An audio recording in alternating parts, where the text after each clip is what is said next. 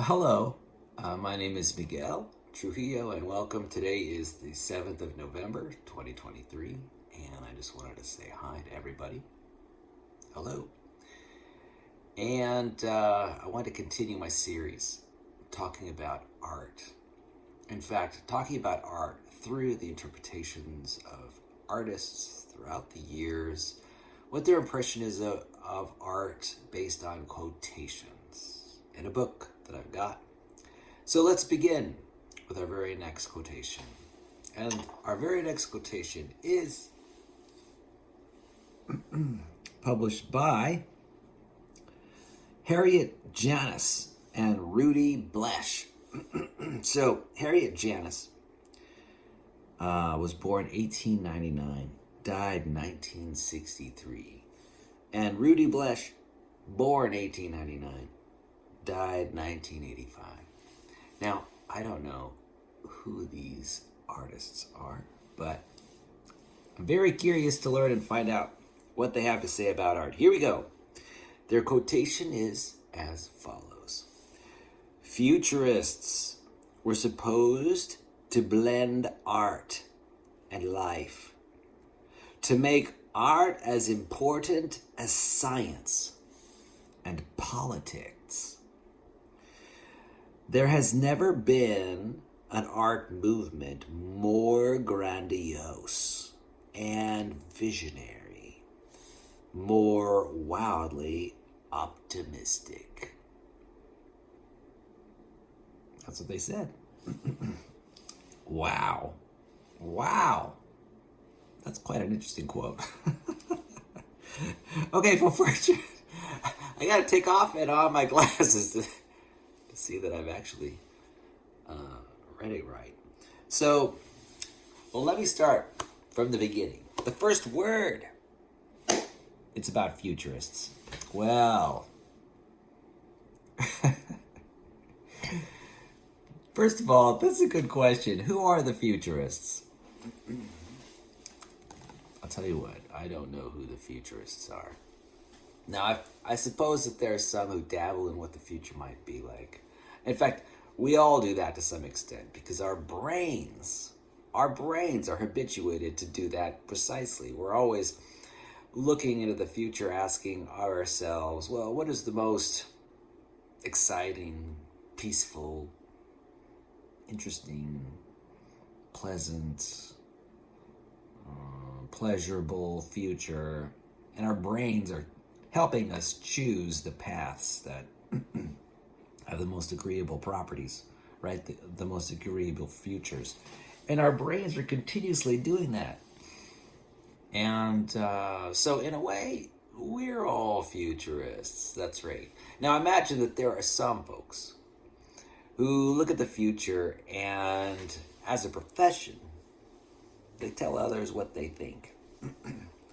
Now I can imagine there are some maybe pop science educators out there. There might be some TV personalities who have got some opinions. There might be some newspaper reporters. But overall, I don't have a really good sense of who the futurists are. I don't spend a lot of time thinking about what the futurists say. But maybe I should spend more time because about what futurists say because of what Harriet and Rudy have to say about futurists. They say futurists were supposed to blend art and life. I wonder what the futurists would say about how they were supposed to blend art and life.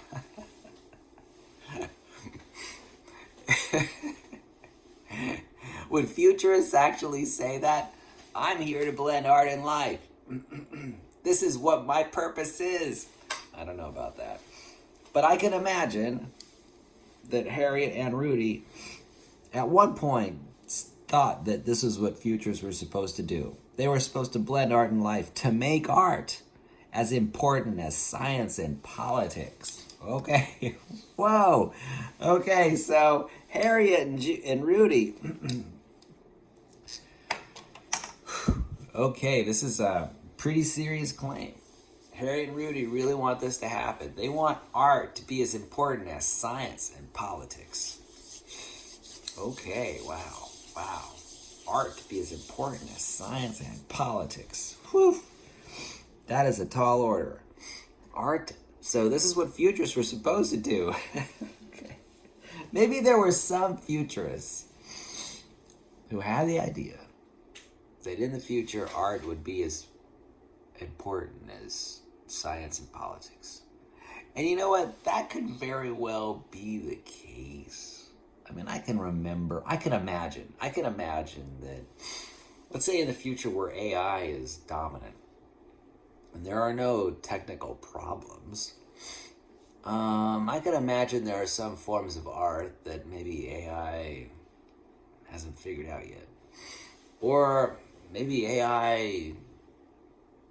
maybe there's just something about AI. Maybe the art that AI produces is just too perfect.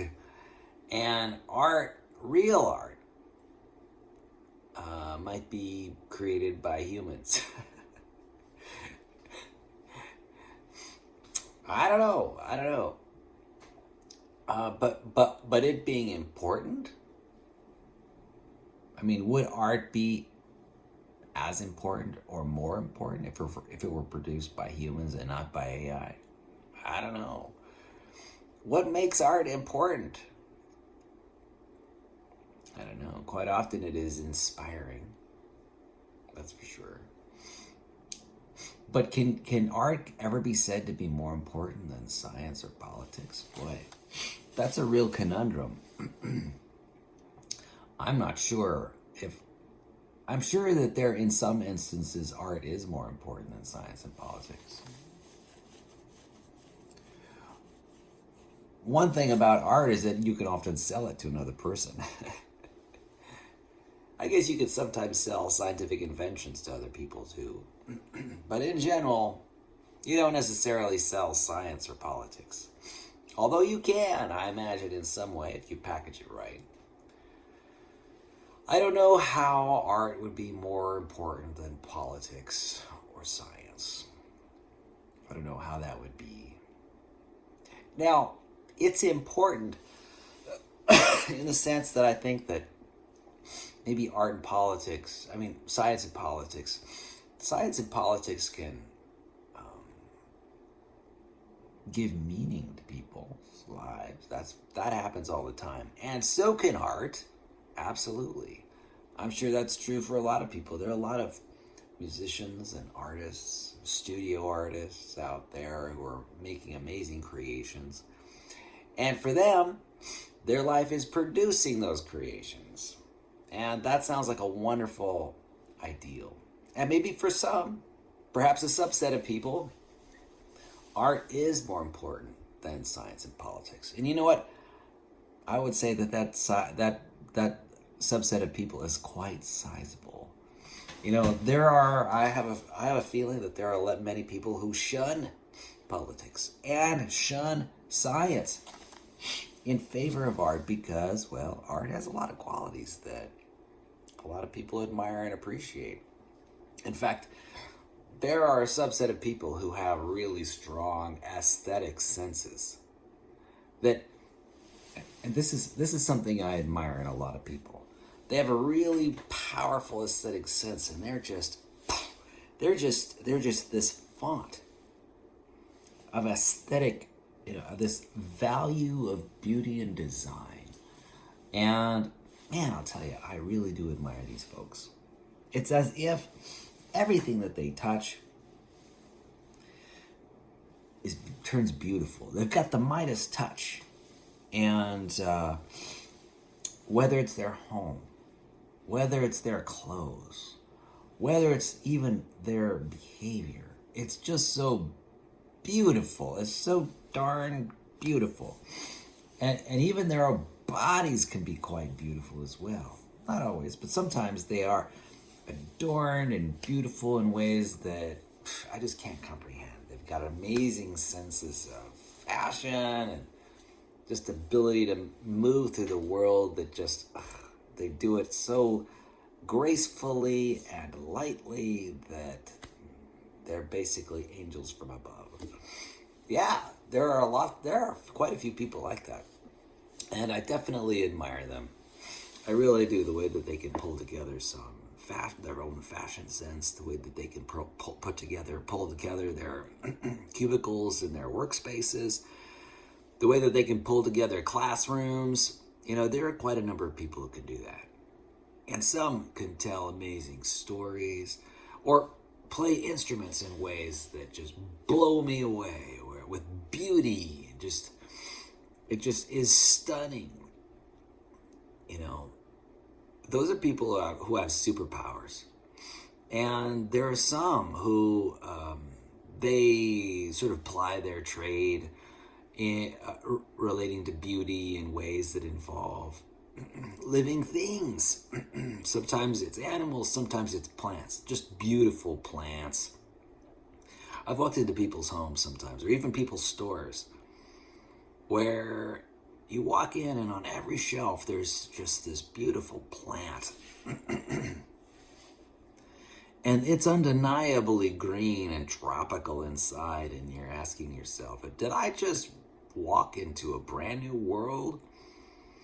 And lo and behold, in a way you have. There are these amazing and subtle themes, and beauty just emanates from every wall and every corner. It's like, wow, did I just walk into a storybook? These people could create entire worlds and entire environments. Yeah. And you just walk into their houses sometimes. They've got beautiful pottery up on the walls in niche parts of their home. And the lighting, the fragrance, the furniture. I mean, everything is splendid in a way that only an artist can pull together. And it's like, wow, these people have amazing aesthetic senses.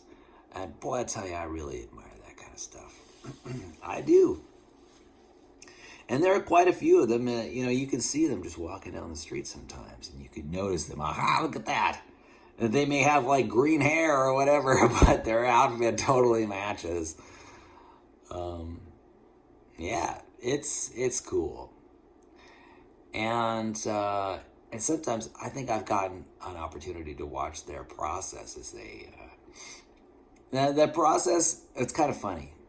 They work and are enslaved for their art, that's for sure.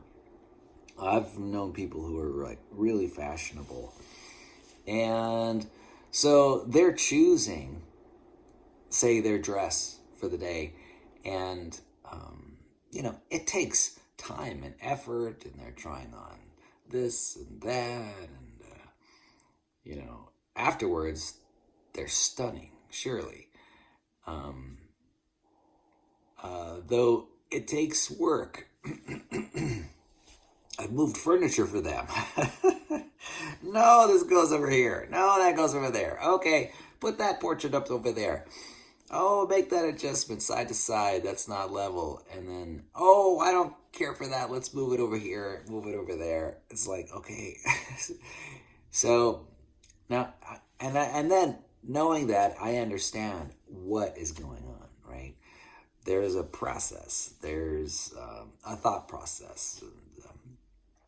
And it's careful. There's care and consideration and an expenditure of energy that I might not necessarily expend in terms of energy and time and even money to pull something together. Whereas these people with very strong aesthetic senses don't think twice about it, Or maybe if they do, it's this calculation, this computation that goes on in their heads. And they're pulling together just the most amazing displays. And it's really phenomenal to watch. Now, like I mentioned earlier, they go to an extent further than I might go. In fact, quite often that's the case. Like, I mean, I've been known to throw together an apartment in just a few minutes. Boom, boom, boom. Say couch goes there, sofa goes there, mirror goes there, done. Okay? It's like, let's move on. And then what happens is, the accoutrements inside the home never get adjusted in time. Maybe there's a vacuuming under the couch, once a year or every 6 months or whatever, but there's no fine adjustments, fine tuning. The rug pretty much stays in the place where the rug is, and the rug never changes. So anyway, people suffer for their art, whether their art is the fashion or say artistic walls, interior design. Who knows what their art might be? Even photography. I've known folks who take photograph after photograph, trying to get the perfect pose. And of course, that doesn't happen all the time. Personally, I take lots of photographs. I take, 5, 10 photographs of a single scene so that I can pull together, just the expression that I'm looking to pull together.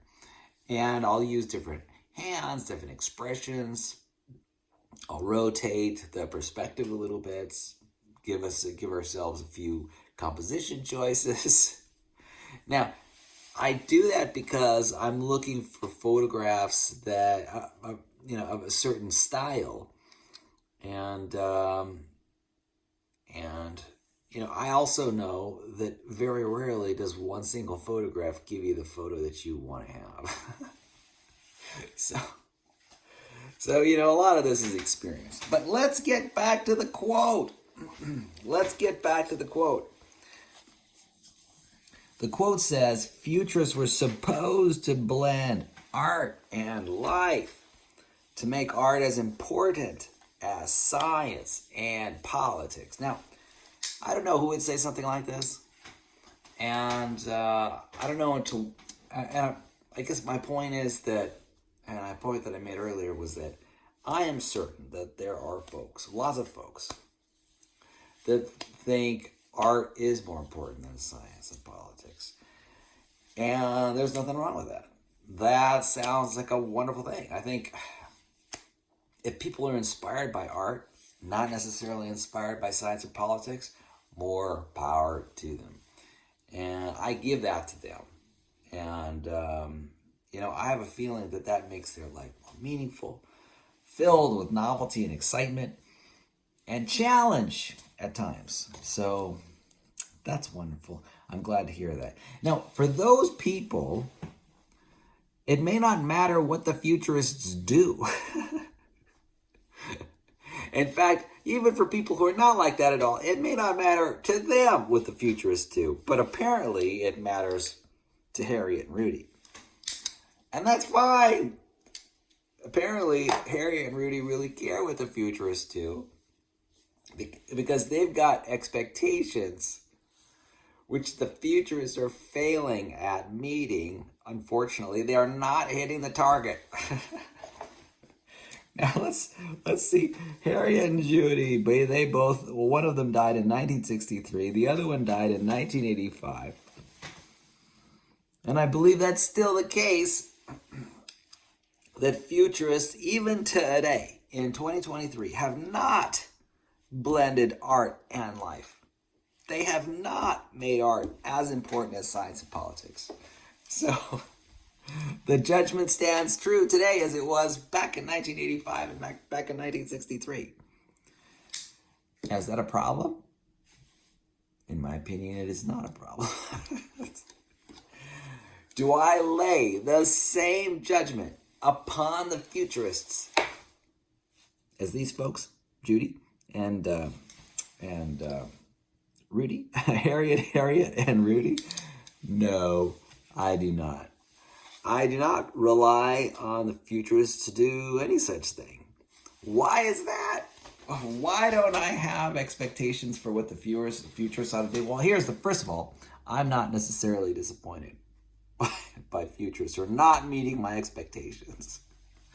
I'm not saddened. I'm not moping. I'm not woeful. I'm not tearing my garments asunder because of what the futures are or not doing. But to some extent, Harry and Rudy were. They're sorely disappointed. And you know what? That's totally okay with me because I personally don't have a lot of stake in what the futurists are saying and what they should have done. Now, could they have done it? I'm not even sure that the futurists could have done it. No. But I am certain that there are a subset of people who do think that that is the case. And I wonder if Harriet and Rudy do believe that art is important as science and politics. My guess is that they weren't. They didn't quite think that. Now, I don't know why Harry and Judy thought that it might be possible, but maybe that's part of the second portion of this quote. Here we go. The second portion is, and I'm quoting, "There has never been an art movement more grandiose and visionary, more wildly optimistic." So this is why I think that Harriet and Jude and Rudy never really thought that this was possible. Because immediately they're saying that it's impossible. That there's something overly optimistic, wildly optimistic by this. So at the same time, they're criticizing the futurists. They're also agreeing with futurists. I don't know. These folks, they need to re-examine their propositions. and who is, they have to re-examine who might be meeting their expectations or not meeting. I mean, are these expectations or not? Maybe Harry and Rudy read somewhere that this is what futurists were supposed to do. Maybe they took it on good authority that futurists were supposed to do this, but they did not do it. I don't know, Rudy and Harriet. I cannot say. I think I do, however, agree that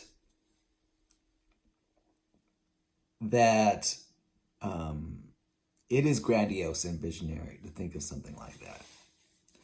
And I can't imagine that some people have thought that was the case. And that's totally okay. And I can imagine there are some that thought that that art could be as important as science and politics, or made as important as science and politics. I mean, I guess. But like Harriet and Rudy say, it's wildly optimistic. I pretty much agree with that assessment. And the question is, why even mention it? I don't know. I think they were sorely mistaken at some point. Or maybe if they weren't mistaken,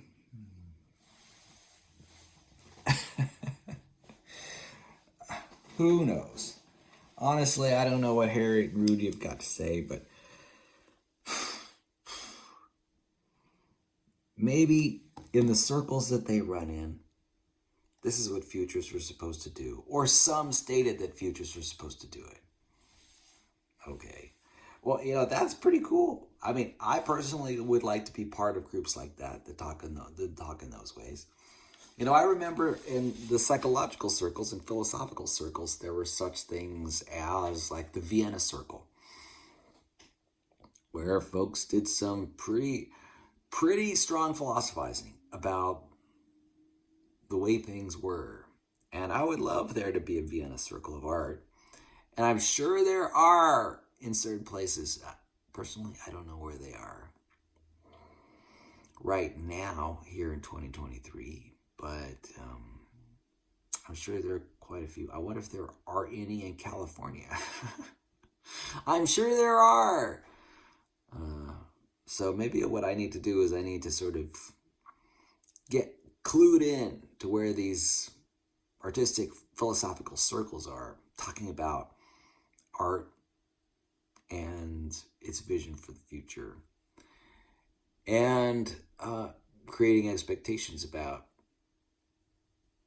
how art should be and its relative importance according to other aspects as it relates to other aspects of the world. This is what I need to know. I need to know these right things right now. Because apparently Harry and Rudy were plugged in. And I'm not necessarily plugged in to these circles. So that's something for them to know and for me to find out. Anyway, thank you very much, Harriet and Rudy. I think I pretty much beat that with a beat that item with a dead horse. Are you using that idiom correctly? No. All right. Well, so if that was then, what is now? Tell me what the futurists are thinking about the future of art. You know, that's a really good question. That's something that's up for debate right now. I'm not sure anyone has a real clear idea of where art's going. Because I know I don't. I know I've been tracking the artificial intelligence space, and there's amazing technology that is sort of being produced.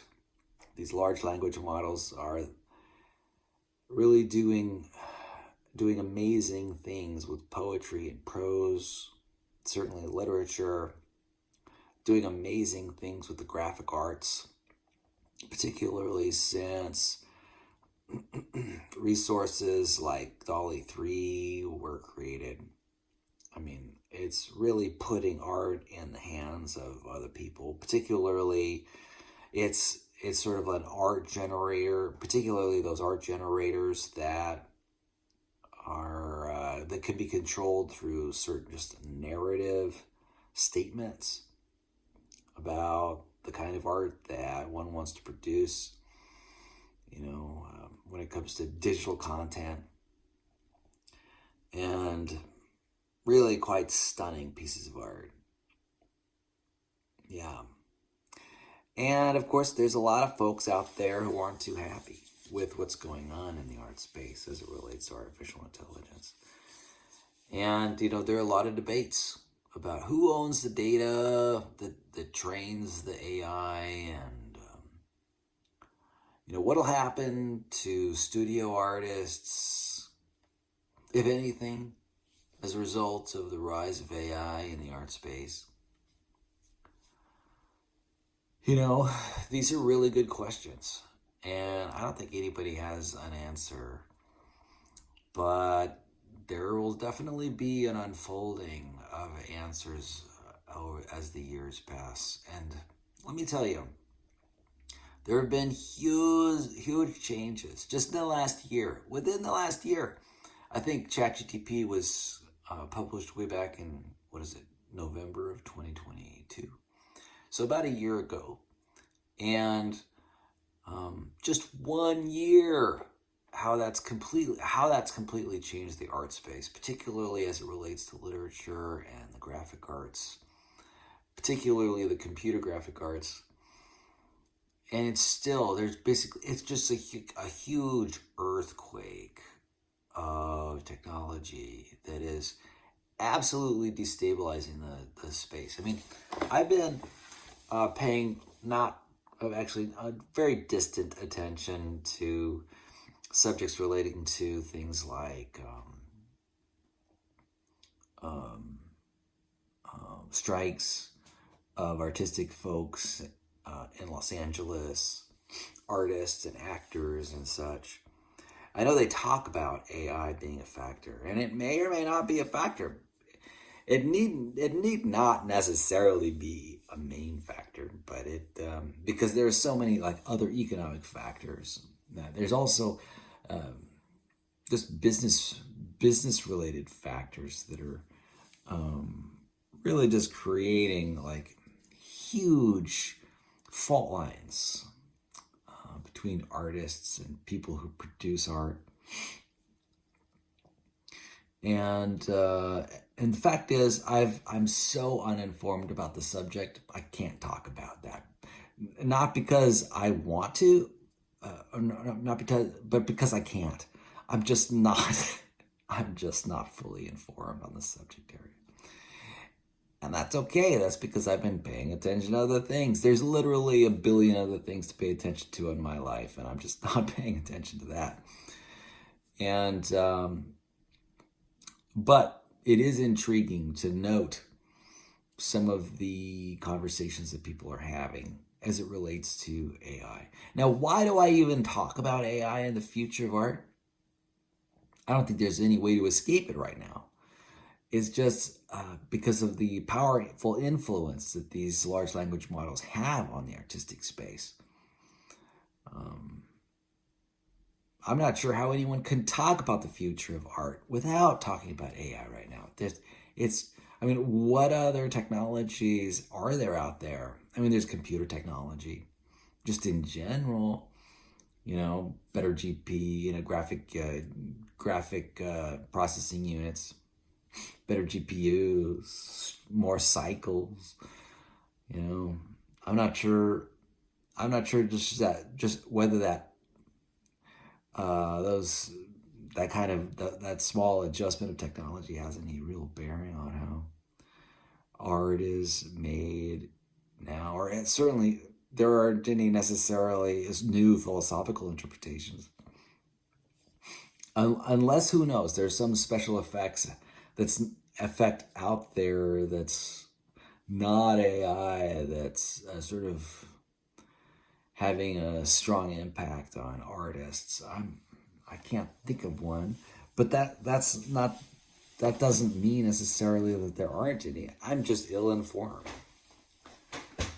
And a really good question is, who are futurists? Well, like I mentioned earlier, they could be anyone. And heck, to some extent, I'm a futurist. And what can I say about the future in art? Well, whatever is going to happen, I think it's going to be somewhat unpredictable. These fault lines that are being created. I don't know. One thing I noticed about some art is that, in particular that generated by AI, is that it does bring some kind of ease and convenience to the masses when it comes to creating art. Because let me tell you, if I wanted a portrait, an artistic watercolor portrait, I might have, 10 years ago or even 2 years ago, I'd be kind of challenged to pull something like that together. Not today. In the past, I'd probably have to call a watercolor artist or some kind of graphic artist and make arrangements for an appointment where I'd sit down and have the artist draw me in their studio or produce the watercolor in their studio, and I'd probably sit in their studio and then, pay them a fee when I was done. That doesn't necessarily have to happen anymore. I could just take a selfie, any kind of selfie now, upload it to some server somewhere, and use Dolly 3 or some other software program, some app that would give me a result. That would give me 20 results in the time. Actually, could give me 1,000 results in the time it would take a regular artist to pull together just one particular watercolor of me. In fact, I'm exaggerating. It's an under exaggeration. Really, Dolly 3 could produce 10,000 or even 1,000,000 examples of watercolor art that before an actual watercolor artist could throw even one together. So, I don't know. Now, we're still early days now. And the art that's being produced is not like fully multimodal. And so it would only, the art that I would take away today would only be a representation and not an actual watercolor, because there are no robots that I'm aware of that actually produce watercolors of people's faces. Now, there might be real robots that, make these watercolor portraits, but I haven't heard of them. And it doesn't mean that they don't exist. I'm probably just ill-informed. They may very well exist. There may be this army of artistic watercolor robots out there that I don't know about. And really, there doesn't even have to be an army. There could just be one. So it's really kind of interesting how things are changing.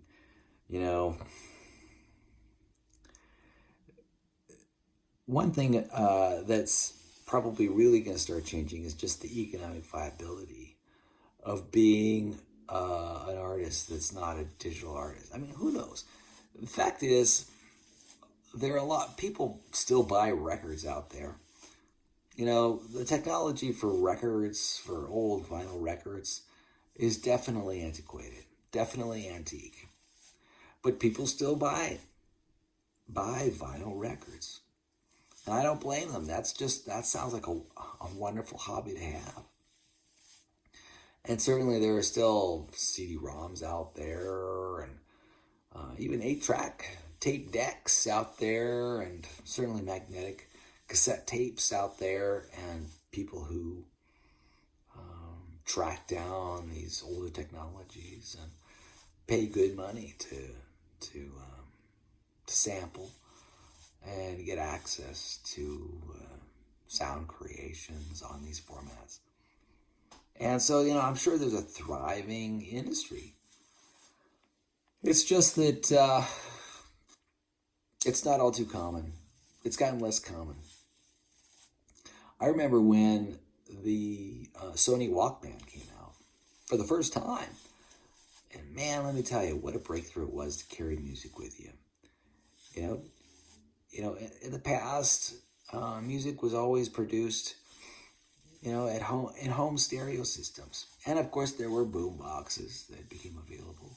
Of course, boom boxes were actually also quite large, and they're just rather inconvenient and not well suited to moving around. But when the Sony Walkman came around, I mean, it was huge. And over a period of time, I had 1 or 2 Sony Walkman myself, maybe 3. In fact, I can remember getting them and how expensive they were at the time. And I can remember listening to tapes, using those Walkman and the headphones and walking around, and I was just absolutely enthralled by them. I loved the ability to take my music anywhere I wanted to go. And man, let me tell you, it sure was a revolution. Before that time, nobody really had access to music that you could sort of move around and go from place to place. It just wasn't there. And so today is just more convenient, that's for sure. Because you don't even have to have Walkman anymore, because you can just download or stream the music, which is so convenient. Let me tell you something about the modern world today. It is absolutely convenient.